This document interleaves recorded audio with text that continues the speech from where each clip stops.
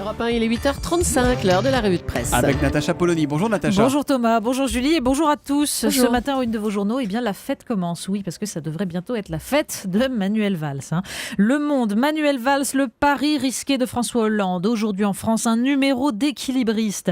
La Dépêche du Midi, remaniement, le casse-tête. L'Opinion, Valls face à une majorité si fragile. Libération, Valls à l'épreuve des Verts. La Marseillaise, Héros s'en va, les écolos aussi. Le Figaro, les Verts disent non à Manuel Valls. Mais le nouveau psychodrame écolo n'est finalement qu'une infime partie du problème. On le voit en une des Échos, déficit. Valls déjà sous la pression de l'Europe. On commence avec le Premier ministre, ou plutôt son prédécesseur d'ailleurs. Oui, il y a d'abord l'amertume de Jean-Marc Ayrault. C'est dans le Figaro et puis c'est surtout dans le Canard enchaîné. Pendant que je travaillais, Valls intriguait. Et puis cette phrase de Jean-Marc Ayrault à François Hollande sur son manque de courage pour dire la vérité sur l'état réel des finances du pays. Conclusion du Canard, bigre, ça va encore plus mal qu'on ne le croit. Et puis il y a les Verts. En fait, à lire la presse, le problème, ce serait pas d'ailleurs pas tellement les Verts eux-mêmes. Un dessin de Pétillon en une du Canard montre Manuel Valls roulant des mécaniques.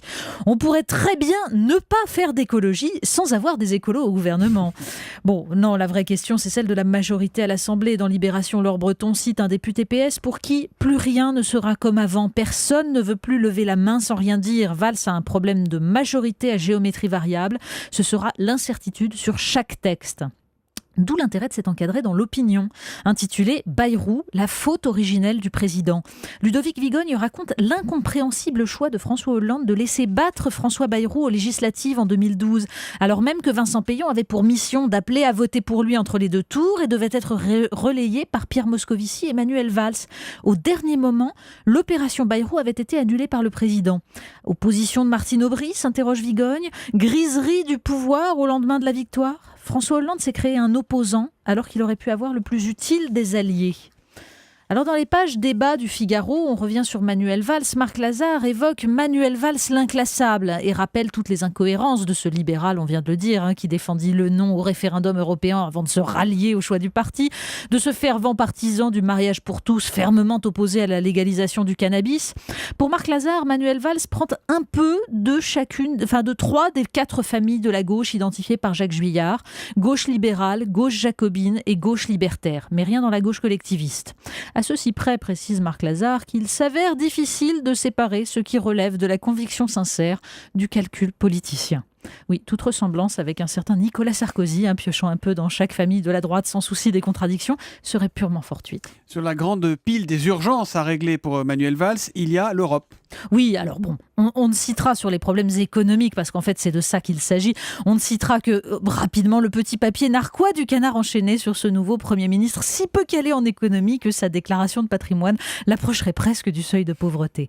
Non, l'essentiel c'est évidemment la politique vis-à-vis de Bruxelles, alors que l'éditorial du Monde, une fois n'est pas coutume, rappelle que la Banque Centrale Européenne laisse s'installer la déflation en Europe.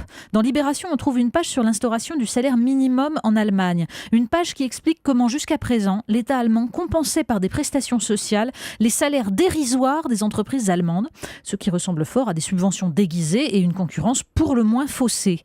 Sur le site du Figaro Vox, l'économiste Jacques Sapir explique pourquoi, dans ce contexte, le choix de Manuel Valls n'apporte aucune réponse. Il souligne combien François Hollande doit savoir au fond de lui que la voie choisie, celle de l'arrimage à un euro surévalué, d'une compression de l'économie pour contenir les déficits, est suicidaire.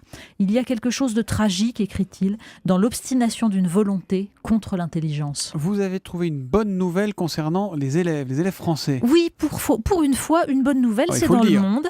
Une étude montre que les jeunes Français, en chute libre dans les classements internationaux, notamment en mathématiques et en sciences, ne sont pas si mauvais quand on leur demande non pas d'utiliser des connaissances mathématiques, mais de résoudre des problèmes concrets, par exemple calculer le trajet le plus court entre 2 villes.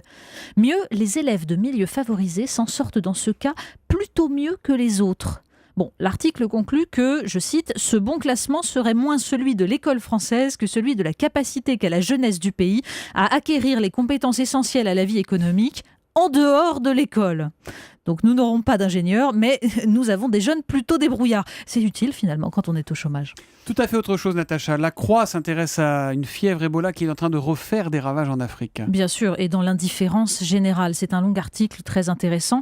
Et il faut aussi aller voir sur le site slate.fr un article qui s'étonne justement que la grippe aviaire fasse beaucoup plus peur que ce virus Ebola, virus mortel, qui certes ne s'est jamais répandu au-delà de l'Afrique, mais dont la période d'incubation est tout de même de 20 jours. Ça laisse toutes les possibilités. Alors pour se rassurer, on peut espérer en la découverte d'un traitement. Et du coup, on peut aller lire par exemple l'excellente revue Éléphant, revue de culture générale. Il y a un petit article sur ce que les médicaments doivent au hasard, où l'on apprend par exemple que le Botox vient d'une toxine de saucisse avariée, ça, on le voit dans les résultats, ou que l'héroïne fut d'abord considérée comme un traitement miracle, d'où son nom, parce qu'il était censé remplacer la morphine sans entraîner de dépendance. Tout le monde peut se tromper. On termine, Natacha, non pas avec le courrier des lecteurs, mais le courrier des électeurs d'une certaine manière. Exactement. L'Express évoque dans un autre filet un livre consacré aux lettres envoyées au président de la République, où l'on apprend que juste après l'annonce de son divorce, Nicolas Sarkozy avait reçu une demande en mariage assortie d'une petite culotte. Oui, et pour son anniversaire, là c'est moins drôle, des bougies au cyanure. On ose imaginer le courrier de François Hollande, je sais pas moi, la liste de ses promesses de campagne, ou encore plus violent, un dictionnaire avec la définition du mot socialiste. La revue de presse de Natacha Polony tous les matins à 8h35 sur Europe 1. À demain, Natacha.